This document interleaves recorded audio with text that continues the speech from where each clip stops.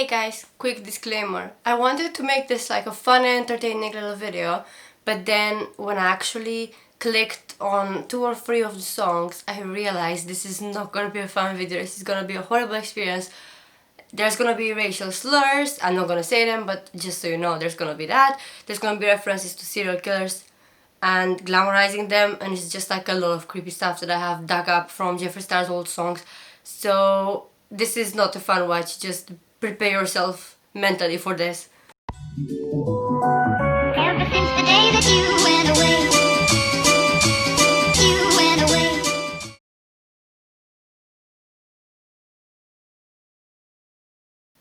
Hey guys, my name is Andra and I make mostly commentary videos. Today's video is just gonna be a little analysis on the old music of Jeffree Star, the musical masterpieces. I'm just kidding, it's horrible.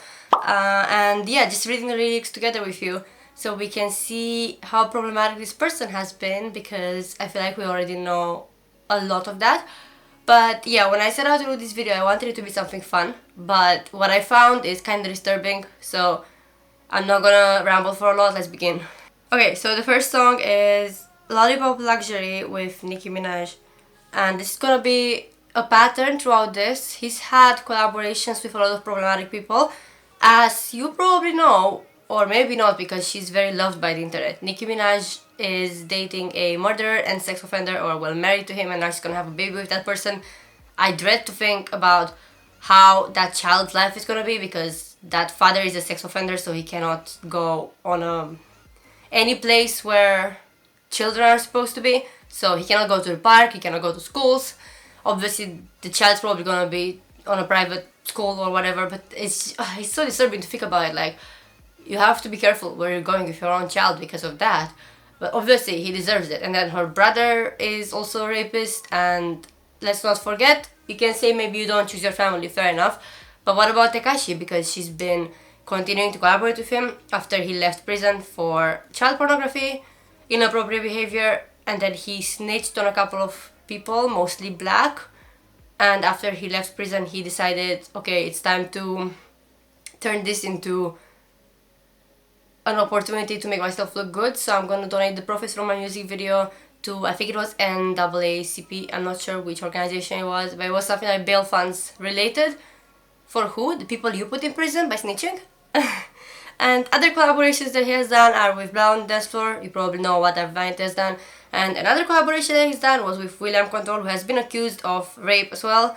So yeah, the people he chose to associate himself with are not great. So, okay, let's begin. Lollipop Luxury with Nicki Minaj and Jeffree Star. There's a part that says, "Love my pink knife, you wish you had a slice of me, I'm a celebrity." So, how do I feel about this? The knife reference is a bit scary, because if you've been watching videos trashing on Jeffree Star, basically, there is a story about this guy, Hunter Moore, I think, who had the revenge porn website, and he was in prison for that. He said that Jeffree Star tried to rape him, and he said that he put a knife at his throat. That is in Hunter Moore's book or something like that, that has been removed. I don't know if that is true, because that person is obviously not reliable, but like, neither is Jeffree Star, so I really don't know what to believe. But I thought this was a creepy thing that he actually referenced knives before.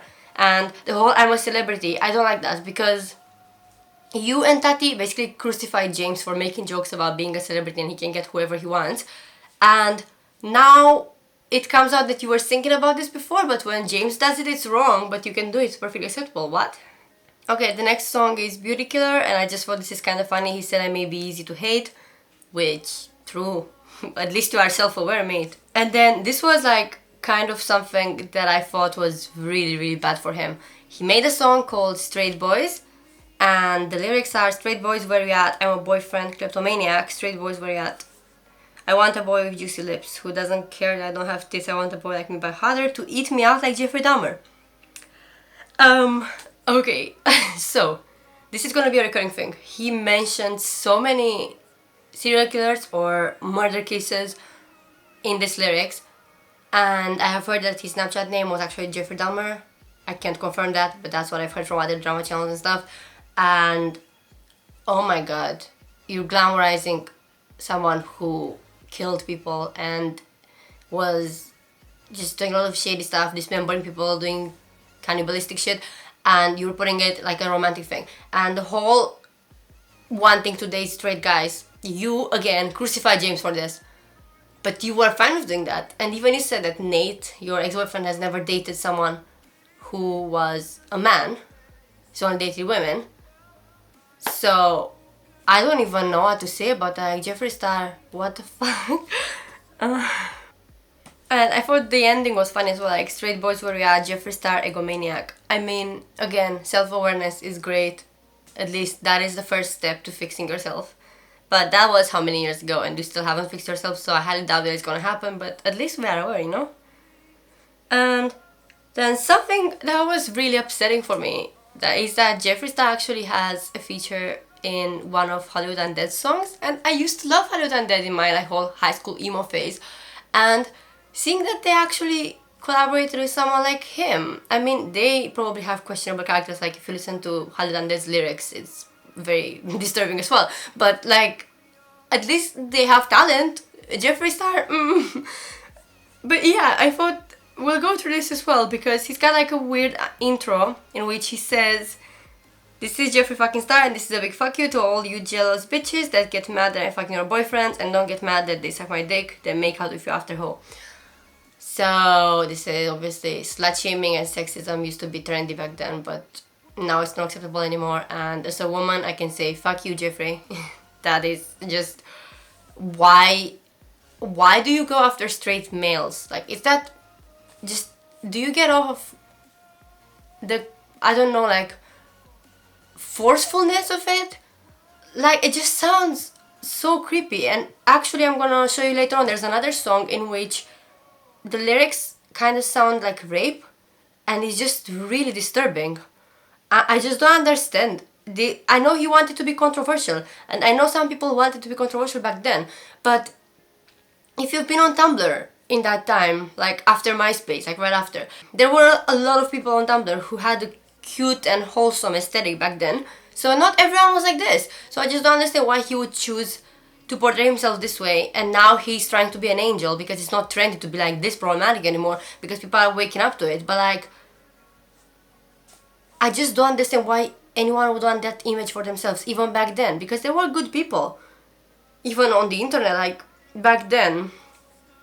I mean, if you look at the people who are big on YouTube now, obviously Jenna Marbles left because she did some stuff that could be considered problematic, but she was still a very wholesome, nice person. Other than that, she didn't build her whole image around that. And then even PewDiePie, he used to say the N-word and like shit like that. That's bad, I'm not excusing that, but I'm just saying, like, he didn't change his character completely. He didn't do a 180 to become more PC. Like, he just kind of like stopped doing the problematic things, but the personality stayed the same. But with Jeffree, he's trying to portray himself in this very different, like, businessman, professional and good person, but he's not like that. He's a bad person, and like this shows it. And then in the same song there's a reference to R. Kelly. You can be R. Kelly and pee on me.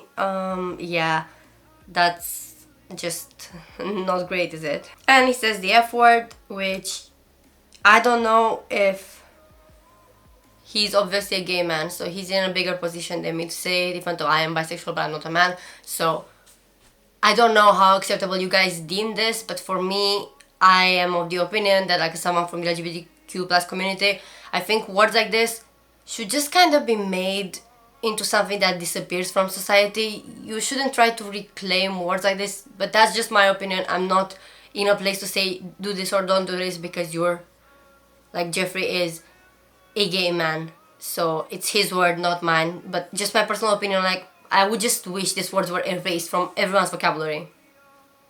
Okay, so next up is a song by Blood on the Dance Floor with Jeffree called Sexting.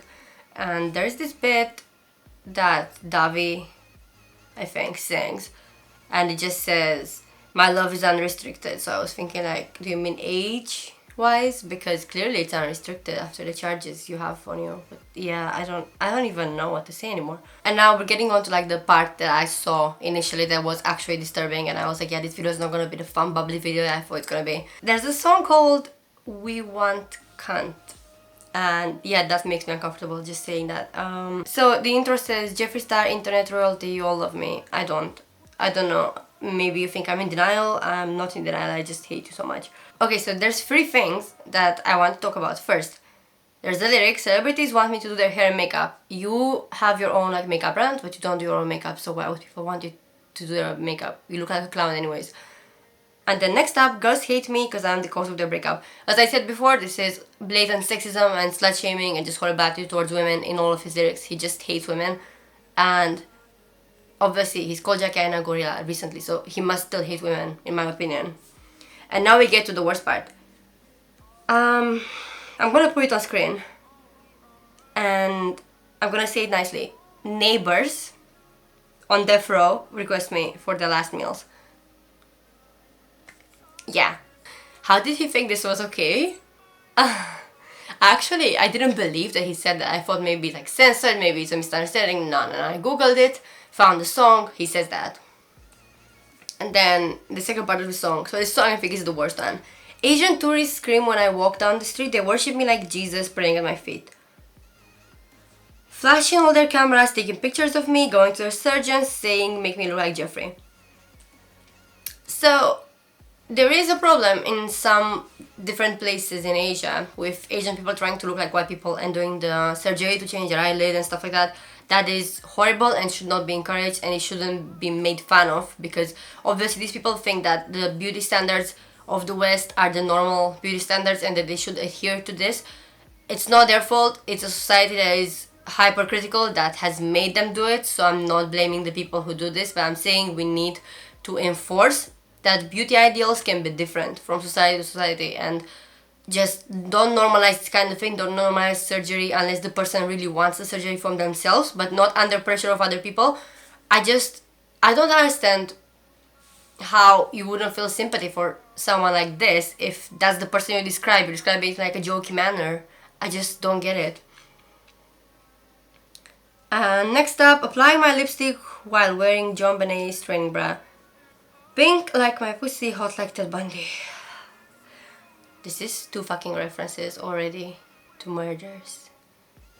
Obviously, John Benet's murder was very sad and they haven't actually convicted anyone of that. And then Ted Bundy, we all know who that is. And he's already been romanticized enough in his time, so can we not romanticize him now in 2020? It's been long enough of having this person shoved down my throat with the, but he was so cute though, like just stop that. Do you realize what you're saying?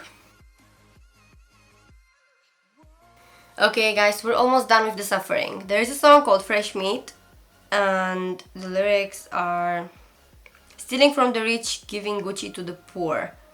That's the one I wanted to mention because you are the rich and you are the most flamboyant, not in an LGBTQ plus way, I'm just saying like he's the most opulent but like in a disgusting way, flexing on everyone, no humbleness. When you make your apology video on a fucking crushed velvet sofa behind a double staircase, wearing your merch and wearing, was it like Chanel or something, socks, I don't remember, or maybe Louis Vuitton, I don't know. Anyways, and you're wearing like a fucking ketchup mustard wig that probably costed a lot, but it looks horrible. Anyways, why? Why are you saying this? Stealing from the rich, giving Gucci to the poor. You are making fun of like working class people, and I just don't like that shit because I've grown up as a working class, well, in a working class family, and just seeing this kind of stuff. Like the poor don't need Gucci, they need your money, and maybe you could have donated for different causes more, but you only donate to make yourself look better when something happens. You don't actually donate genuinely because you care. And yeah, I don't even know what to say anymore. So now there's one of the 2 slightly rapey lyrics. Please skip about 20 seconds if you don't want to hear this. As I lay you on the floor, I know it's not what you expected, but I know we can't ignore. We've got a sick connection. Oh, it feels so right. Let me be your new obsession. Just let go. I'm here to take your virginity. I don't know what to say. You tell someone just let go. That can be interpreted as let go of your inhibitions and just let your desire run free or whatever. But it can also be interpreted as let go from like pushing me away kind of thing. And I think that's what he meant, because he has a lot of BDSM rapey undertones in some of his lyrics, and it's just disturbing. A lot of people who are virgin nowadays are very young people, because I feel like people lose their virginity quite young, and that is also an extra layer that maybe he didn't intend for it to come across that way, that he's talking to an underage person, but it does come across that way to me. I'm not blaming him for that, but maybe think about it twice before you write lyrics. Because lyrics are supposed to be more than surface level bullshit. It's supposed to be a hidden meaning for people to decipher. But you're giving us this, and the meaning that I can decipher is the worst thing that can happen. Okay, so now the last one is Dancing Under the Influence by Blood on the Dance Floor and Jeffree, and I just thought this is funny that Davi Vanity is singing "Hating me won't make you pretty." I mean, you probably love yourself a lot, and you're still not pretty, and you still don't have hair. So I think I'm fine. And now the thing that I was saying about a lot of his songs having weird undertones. Lock you up in my cuffs, shut the fuck up. Off? It should be up, right? Do I look like a chicken in my prisoner, bitch? You wanna get with me? Huh? My dick will break your damn jaw. Okay. I'm not laughing because it's funny, I'm laughing because I'm uncomfortable. There is a case about someone calling the police on that vanity because their mouth was bleeding and that was a child, and he didn't get convicted for that because the charges were dropped, but that's a thing that happened. You can Google it. Police knows about him, and this hits very close to home. And Blood on Dance Floor are like, it's their song. Jeffree is just a feature in that song. So do you really think that they didn't know about this? At least Davi did when he saw the lyrics. If Jeffree wrote his part and Davi wrote the other part or whatever, it's just, yeah, the fact that he left that there, I don't feel comfortable. That's why I was laughing before. I just feel like he loved what he did and he has no regrets, and it's just, I don't even know what to say anymore. I don't feel comfortable doing a normal outro because, like, what can you like about this video? If you found this video informative, please give it a thumbs up. Subscribe to my channel for more. I might make one with Blood on the Dance Floor shitty lyrics if you want. Hopefully I can find funnier ones because this was not great. And yeah, comment down below if I've missed any song or if you have any other opinion on Jeffree Star. Please, if you like him, please don't bother because I have nothing that I can say to convince you otherwise. At this point, there's been so many receipts. And yeah, just I'll see you guys soon because I really don't know how to make a normal outro after this atrocity. Ever since the day that you